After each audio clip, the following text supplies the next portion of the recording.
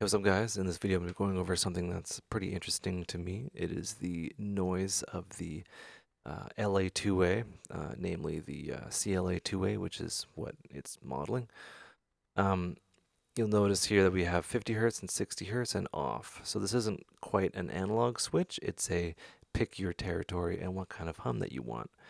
Um, the LA2A, and I've actually been to the factory in California where they're made.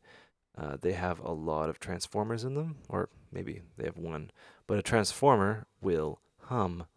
And if you have a bunch of these, stacked up in a rack somewhere, the noise will accumulate. Anyway, so what I have here is I have the CLA2A and two tools to bring the noise floor up to where we can hear it. And yeah, I just want to show you.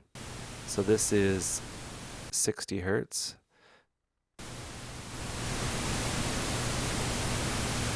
And you'll notice, yeah, so 60 hertz. So what is 60 times 2? It's 120 hertz, which is, you know, the standard that comes into your house.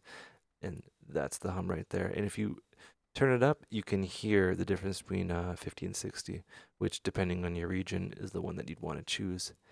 I find this very fascinating that they would model the noise. I guess waves figured when they sought out to emulate this, that the noise added a particular character to it. It added something to it, so they wanted to basically add a whole other thing down here to add noise and with weighting and stuff like that on the bottom here.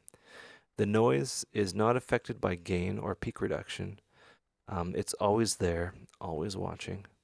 And yeah, I find it very interesting. So you can actually hear it.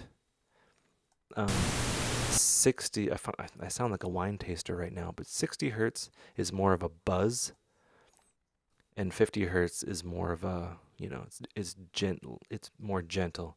So call me an audio woo guy, but 60 hertz on bass and 50 hertz on everything else, and I think that's good to go.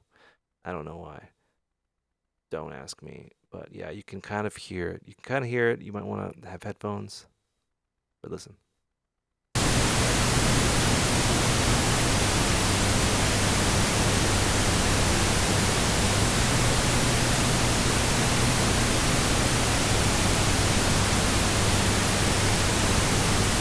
So, yeah, hopefully that brings up a discussion. Something else of note, I have another emulation of the LA2A, and the Native Instruments slash soft tube version does not have any noise.